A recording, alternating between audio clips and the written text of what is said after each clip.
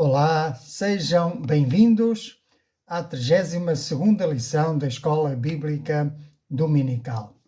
O tema de hoje é Fidelidade a Deus, uma questão de escolha. E o nosso texto base encontra-se em Romanos 15, versículo 4. Pois tudo quanto outrora foi escrito, para o nosso ensino foi escrito, a fim de que pela paciência e pela consolação das Escrituras tenhamos esperança. Sejam bem-vindos à Escola da Fé Bíblica. Continuaremos então a extrair lições do livro de Juízes, que serão seguramente um incentivo para que todo cristão desenvolva uma fé vigilante, sábia e firmada na verdade. Com isto em mente, espero contribuir para um discipulado bíblico, cristocêntrico e, como sempre, teremos perguntas reflexivas ao longo desta lição e terminaremos com uma oração de fé para que todo aquele que queira, que deseje entregar a sua vida a Cristo, o possa fazer.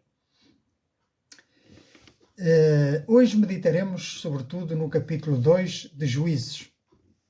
E no versículo 11 encontramos este texto. Então fizeram os filhos de Israel o que parecia mal aos olhos do Senhor e serviram aos Baalins, que eram os deuses cananeus. Todos os dias nós fazemos escolhas. Algumas são simples, outras mudam completamente o rumo da nossa vida. E a Bíblia mostra-nos que a fidelidade nunca acontece por acaso. A fidelidade é sempre fruto de uma decisão consciente. Foi assim com Abraão, foi assim com Moisés, foi assim com Josué. E infelizmente também foi assim com Israel. Depois da morte de Josué, Israel encontrava-se numa posição privilegiada. A escravidão tinha terminado. O deserto tinha ficado para trás. As muralhas de Jericó tinham caído. As promessas feitas a Abraão estavam finalmente a cumprir-se. Mas é precisamente aqui que começa um dos maiores dramas espirituais que nos narra a Bíblia. E é quando tudo parecia estar bem, o coração começou a afastar-se de Deus. O coração daquele povo e também o nosso coração, se não tivermos cuidado, aos poucos ele se afasta de Deus. E é precisamente isso que o livro de Juízes nos mostra. Este livro revela-nos aquilo que acontece quando um povo, quando um crente, quando uma pessoa deixa de colocar Deus em primeiro lugar. Isto é um espelho da natureza humana. Sempre que o homem deixa de obedecer à palavra de Deus, entra inevitavelmente num ciclo de pecado, de sofrimento, de arrependimento superficial e nova queda. Por isso o tema desta lição resume-se numa verdade muito simples. A fidelidade nunca depende das circunstâncias. Depende sempre das escolhas que fazemos diante de Deus. Relembremos então, ainda que brevemente, a tensão existente no livro de Juízes, onde nós vemos que Deus permanece fiel, apesar de o povo permanecer instável. E nós vimos que existe um ciclo que se repete continuamente. Pecado do povo, disciplina divina, o povo se arrepende e clama, Deus liberta através de um juiz, há paz, há felicidade, há alegria, mas novamente se esquecem de Deus e há novo pecado. E assim se volta a um ciclo vicioso. E isto aponta-nos para aquilo que nos diz Provérbios 14:12, que há caminho que ao homem parece direito, mas o fim dele são os caminhos da morte.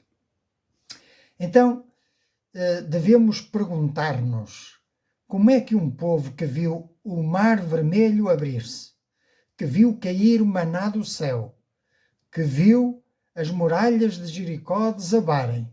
Como é que um povo que contemplou as maravilhas deste Deus acabou por adorar aos Baalins? E a resposta é surpreendente. É que Israel não caiu numa única noite, num único dia. Israel foi caindo com pequenas quedas, sucessivamente, continuamente, através de concessões. Fixa esta palavra, concessão.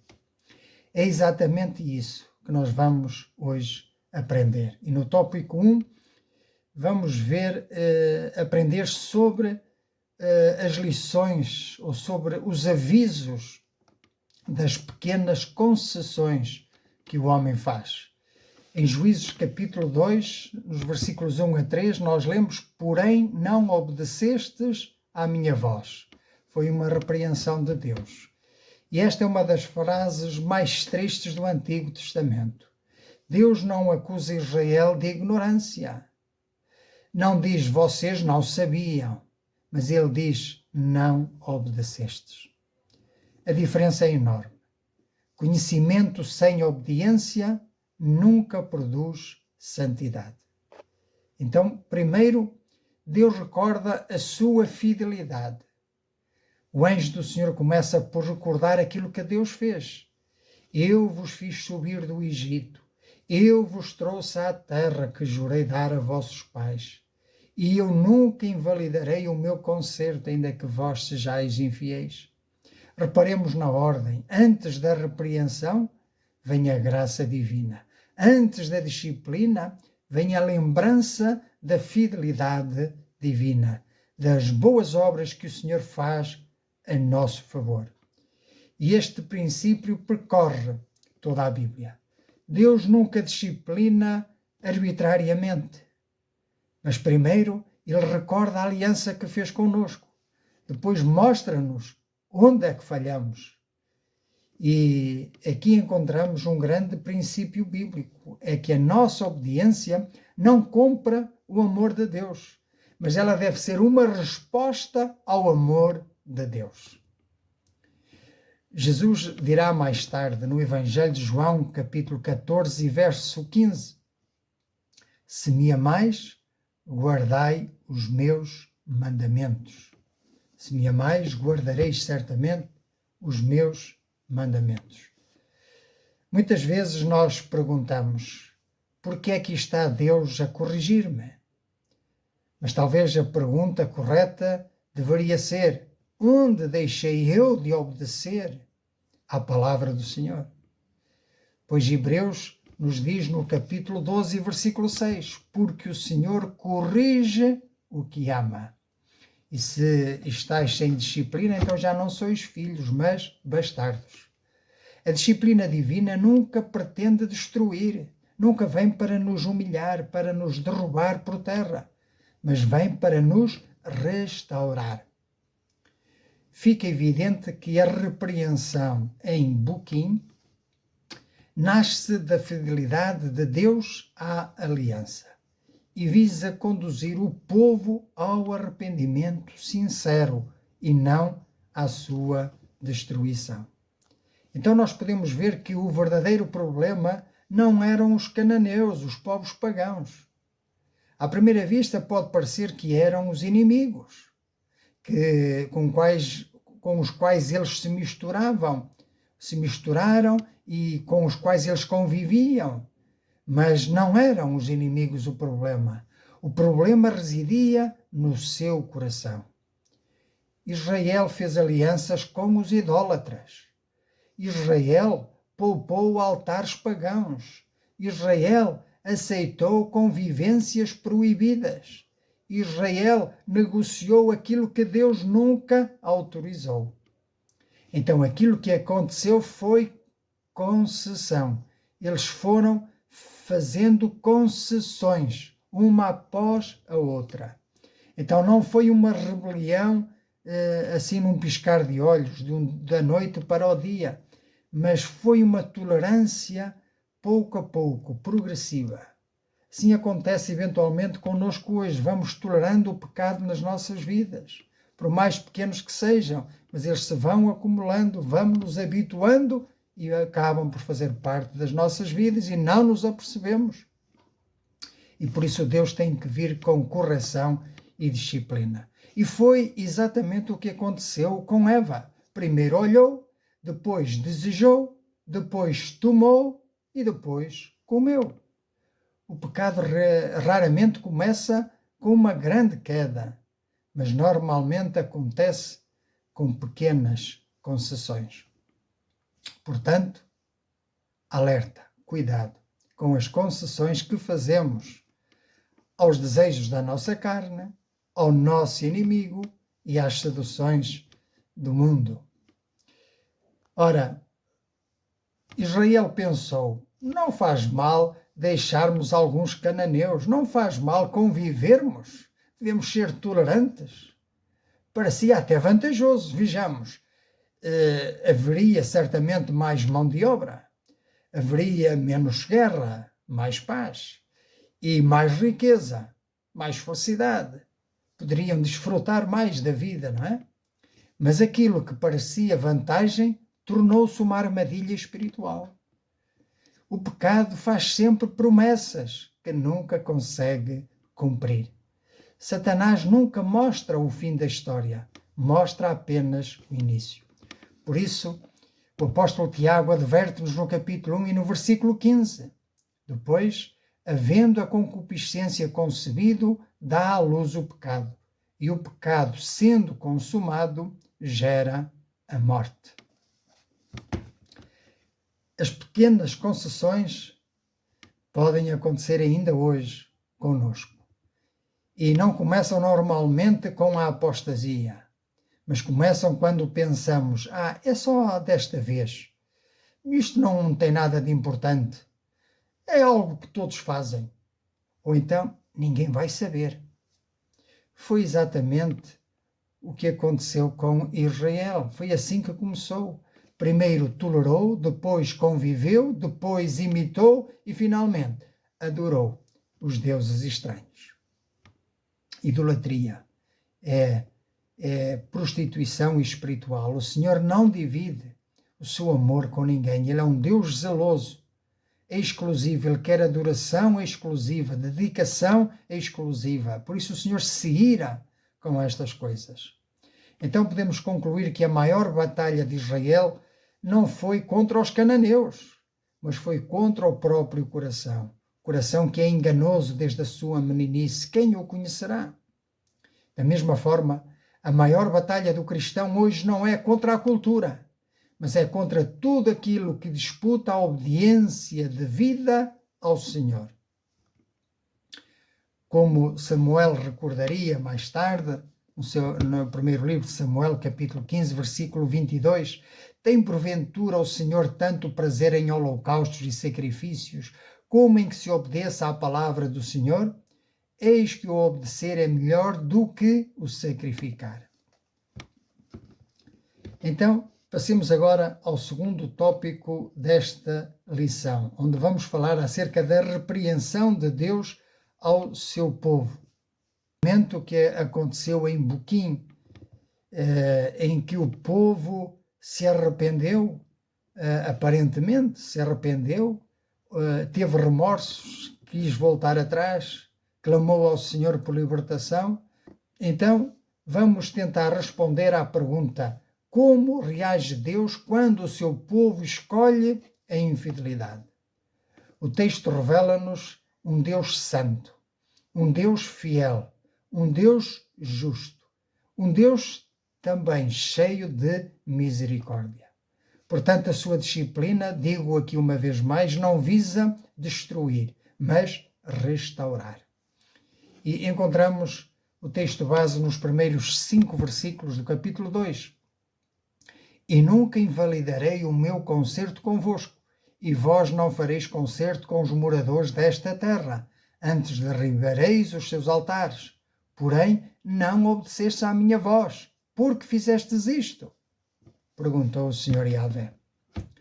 Então, depois do relato das conquistas incompletas no capítulo 1, poderíamos pensar que Deus permaneceria em silêncio. Mas Deus nunca permanece indiferente quando o seu povo se afasta dele. Pois Deus vê, Deus conhece, e ele fala, ele não está ausente. E quando fala, fala sempre segundo a sua santidade e segundo a sua aliança, segundo a sua justiça. Bendito seja o nome do Senhor. Então o episódio de Boquim é um dos momentos mais solenes do livro de Juízes. Não há batalha, não há espada, não há um inimigo estrangeiro. Há apenas Deus e o seu povo, frente a frente. É uma audiência divina. O juiz de toda a terra apresenta a acusação. O povo escuta. E parece que o maior problema nunca foram os cananeus. O maior problema, repito uma vez mais, era o seu próprio coração. O maior dos nossos problemas não são as circunstâncias ou os inimigos externos. É o nosso ego, é o nosso próprio coração. Este é o ponto em que Deus confronta Israel, a violação da aliança, revelando que o verdadeiro problema era espiritual e não militar. Bendito seja o nome do Senhor. Então o Senhor os faz lembrar: eu vos fiz subir do Egito.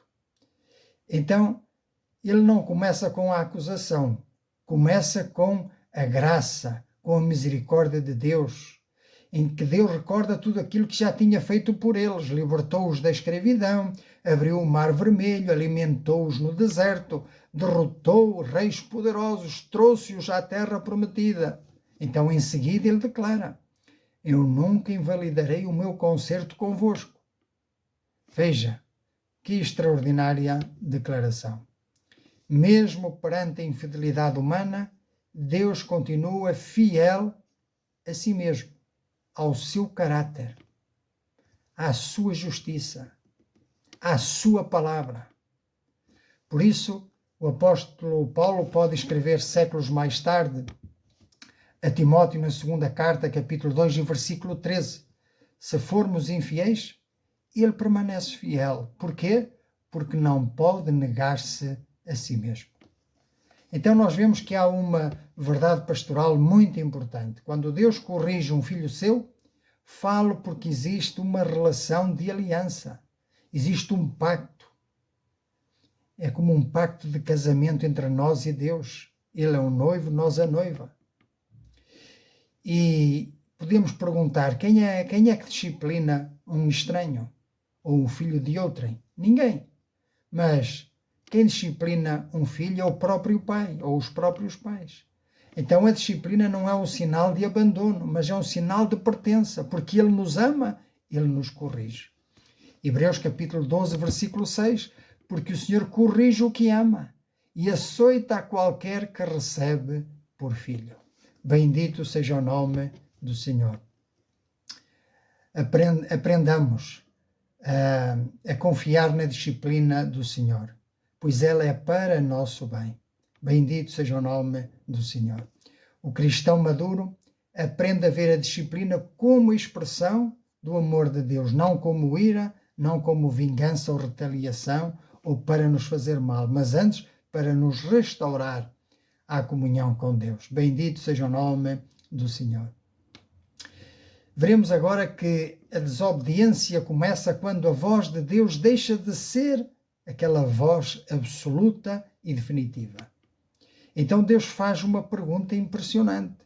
Ele diz: por que me fizestes isto? Não era uma pergunta para obter informação, como se ele não soubesse o porquê, mas era uma pergunta para despertar a consciência daqueles que prevaricaram. Israel sabia exatamente o que Deus tinha ordenado. Quando o Senhor perguntou a Caim: o que fizeste? Onde está o teu irmão Abel? E Caim respondeu: porventura sou eu o guardador do meu irmão? Ele bem sabia o que tinha feito. E o Senhor quis-lhe despertar a consciência. Que o Senhor nos desperta a consciência sempre que caímos em transgressão, para que possamos ser restaurados, recuperados pela graça do Senhor Jesus. Em Êxodo 34, 12, nós lemos: guarda-te que não faças concerto com os moradores da terra. Tinha dito o Senhor Yahvé ao seu povo, e em Deuteronômio 7, versículos 2 a 5, mas totalmente os destruirás. Esta era a ordem divina. Se nós também devemos destruir todos os ídolos da nossa vida. Não havia então falta de conhecimento. Aquele povo sabia das coisas, sabia as normas, sabia as leis, sabia a vontade de Deus. Mas sabe o que é que havia? Falta de submissão. Este é um dos maiores perigos da vida cristã. Podemos conhecer muito da Bíblia, mas conhecer ou obedecer muito pouco. E aí é que está o problema. Então Jesus perguntou em Lucas capítulo 6, versículo 46, e por que me chamais Senhor, Senhor, e não fazeis o que eu digo? Pois conhecimento bíblico sem obediência produz religiosidade. Conhecimento aliado à obediência produz santidade. E é isto que o Senhor quer e espera de nós. Bendito seja o nome do Senhor. Concluímos facilmente que Israel conhecia a vontade de Deus, mas escolheu negociar com os cananeus, colhendo as inevitáveis consequências dessa desobediência. É a altura para fazermos um autoexame de consciência e ver como é que estão a ser feitas as nossas escolhas. Pois é isso precisamente que acontece connosco também. Quantas vezes escolhemos negociar com as sugestões de Satanás aos nossos ouvidos? Quantas vezes escolhemos negociar com as seduções que o mundo nos apresenta? E quantas vezes negociamos com os desejos da própria carne? Vivemos numa geração com enorme acesso à Bíblia, através de aplicações, através dos vídeos, conferências, livros, comentários. Mas Deus nunca nos perguntará apenas quanto é que sabes da Bíblia. Ele perguntará, sobretudo, o quanto obedeceste. A maturidade espiritual mede-se pela obediência mais do que pela informação que possamos ter. Bendito seja o nome do Senhor. Claro está que existem consequências para essas concessões que nós vamos fazendo. Então Deus declara: também eu disse, não os expulsarei de diante de vós. Ou seja, os inimigos estariam para sempre misturados com Israel. E isto foi uma mudança dramática, pois no capítulo 1 Deus tinha prometido vitória, agora anuncia disciplina. E precisamos compreender isto corretamente, pois Deus não abandonou Israel. Foi Israel quem abandonou a Deus. E as consequências são descritas com duas imagens muito fortes. Então, tomem nota. A primeira imagem é esta: eles ser-vos-ão por espinhos. Isto é uma imagem, é um simbolismo. O que é um espinho? Um espinho não mata imediatamente, mas incomoda continuamente. É uma dor constante. Assim acontece com o pecado tolerado. Não destrói tudo num dia, vai desgastando lentamente. A consciência endurece, a comunhão enfraquece, a oração perde intensidade. A palavra deixa de produzir efeito na nossa vida, o efeito da obediência, e o pecado torna-se habitual na nossa vida. E tudo isto começou com uma pequena concessão. Bendito seja o nome do Senhor. A segunda imagem é quando o Senhor lhes diz: e os seus deuses vos serão por laço. Aqui laço também é uma imagem. O laço serve para capturar, para prender. A vítima raramente percebe o perigo. E só quando tenta fugir é que vê que está enlaçado, está preso.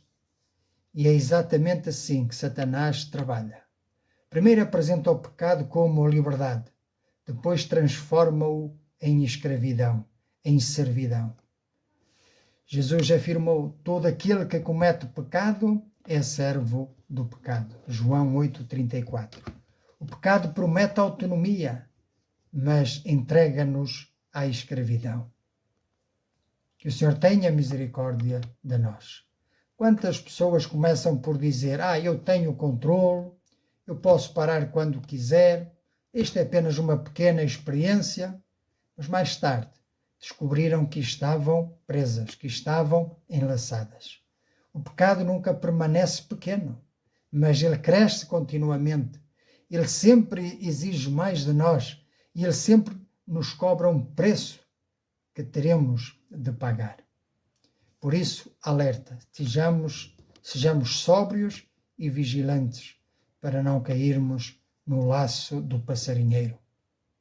No livro de Josué, capítulo 24, versículo 15, que nós possamos dizer como Josué: porém eu e a minha casa serviremos ao Senhor. Porque, no fim, a fidelidade a Deus continua a ser uma questão de escolha. E cada escolha revela a quem pertence verdadeiramente o nosso coração. Vamos ficar aqui por hoje e no próximo domingo daremos continuidade a este assunto. Vamos então tirar as conclusões da lição de hoje para poder ser de proveito para a nossa vida prática diária. Que nós possamos fazer boas e santas escolhas diante de Deus. Então, chegados aqui, perguntemo-nos: existem áreas da minha vida onde tenho feito pequenas concessões àquilo que Deus claramente reprova? Estou a obedecer integralmente à palavra de Deus ou apenas naquilo que me é conveniente? Existe algum pecado tolerado que se tenha tornado um espinho constante na minha vida espiritual? Então, talvez esteja alguém aqui como aquela geração que se sinta igual, ou que esteja a passar pela mesma experiência daquela geração descrita em Juízes. Conhece histórias bíblicas, frequenta uma igreja, tem uma Bíblia, mas nunca nasceu de novo. Nunca entregou verdadeiramente a sua vida ao Senhor Jesus Cristo. Mas a Bíblia declara-nos, em Romanos 3:23, que todos pecaram e destituídos estão da glória de Deus. Então o pecado não é apenas um erro, é rebelião contra Deus. E o salário do pecado é a morte, não apenas a morte física, mas a separação eterna de Deus. Porque o salário do pecado é a morte, mas o dom gratuito de Deus é a vida eterna por Cristo Jesus nosso Senhor. Romanos 6:23. Ora, sem Cristo, o homem permanece debaixo da justa condenação divina. Mas Jesus disse, em João capítulo 3, versículo 18, quem crê nele não é condenado, mas quem não crê já está condenado, porquanto não crê no nome do unigênito Filho de Deus. Mas eu quero dizer-te que há boas notícias. O mesmo Deus que repreendeu Israel enviou o seu Filho ao mundo. Jesus viveu sem pecado, morreu na cruz em lugar dos pecadores, levou sobre si a culpa daqueles que nele creem. Ele foi sepultado, mas ressuscitou ao terceiro dia e hoje oferece gratuitamente perdão, reconciliação, vida eterna a todo aquele que se arrepende genuinamente e crê nele. Salvação não é conquistada por obras, por méritos próprios ou pela religião, mas é recebida pela graça mediante a fé, conforme nos diz Efésios capítulo 2, versículos 8 a 10, pois pela graça sois salvos por meio da fé, e isto não vem de vós, é dom de Deus, não vem das obras, para que ninguém se glorie. Então, se hoje reconheces que és pecador, necessitado da graça de Deus e desejas entregar a tua vida ao Senhor Jesus Cristo, podes fazê-lo agora mesmo. Nenhuma oração salva por si só. Quem salva é Cristo. A oração é uma forma de expressar com sinceridade o arrependimento e a fé nele. Por isso, se queres fazer esta oração, vamos juntos orar ao Senhor para que Ele possa salvar. Senhor Deus, reconheço que sou pecador e que tenho vivido muitas vezes segundo a minha própria vontade. Confesso que pequei contra Ti e que não posso salvar-me pelos meus próprios méritos. Creio que Jesus Cristo é o Teu Filho, que morreu na cruz pelos meus pecados, derramou o seu sangue para me purificar e ressuscitou ao terceiro dia, vencendo a morte. Hoje arrependo-me dos meus pecados e entrego-te a minha vida. Recebe-me como teu filho por causa da obra perfeita de Cristo. Ajuda-me, pelo Espírito Santo, a viver em obediência à tua palavra e a permanecer fiel até ao fim. Em nome de Jesus Cristo. Amém. Então quero dizer-te que se fizestes esta oração, agora és um filho, uma filha de Deus e podes ter a certeza da vida eterna. Quero dar os parabéns e quero convidar-te a perseverar na fé, a fazer boas escolhas daqui em diante, contando com a palavra de Deus para te guiar, para te conduzir. E eu quero dizer-te que se colocaste a tua confiança em Jesus Cristo como Senhor e Salvador, a tua segurança não repousa na força da tua fé, mas na fidelidade de Deus e na obra consumada de Cristo. O próprio Senhor declarou, em verdade vos digo, que quem ouve a minha palavra e crê naquele que me enviou, tem a vida eterna e não entrará em condenação, mas passou da morte para a vida. E ainda, as minhas ovelhas ouvem a minha voz, e eu conheço-as, e elas me seguem, e dou-lhes a vida eterna, e nunca hão de perecer, e ninguém as arrebatará da minha mão. Portanto, a verdadeira segurança da salvação não conduz à negligência espiritual, mas antes à gratidão, à santidade, à obediência, à perseverança. Quem foi regenerado pelo Espírito Santo não vive para merecer a salvação, mas porque já foi alcançado pela graça de Deus em Cristo. Que cada um de nós possa ter aprendido e possa ter decidido o mesmo que decidiu Josué. Escolhei hoje a quem servais, porém eu e a minha casa serviremos ao Senhor. Que Deus nos conceda a graça de escolher todos os dias permanecer fiéis àquele que permaneceu perfeitamente fiel para conosco em Jesus Cristo. Amém. Que assim seja e eu espero por vocês na próxima lição. Que o Senhor nos abençoe. Até lá.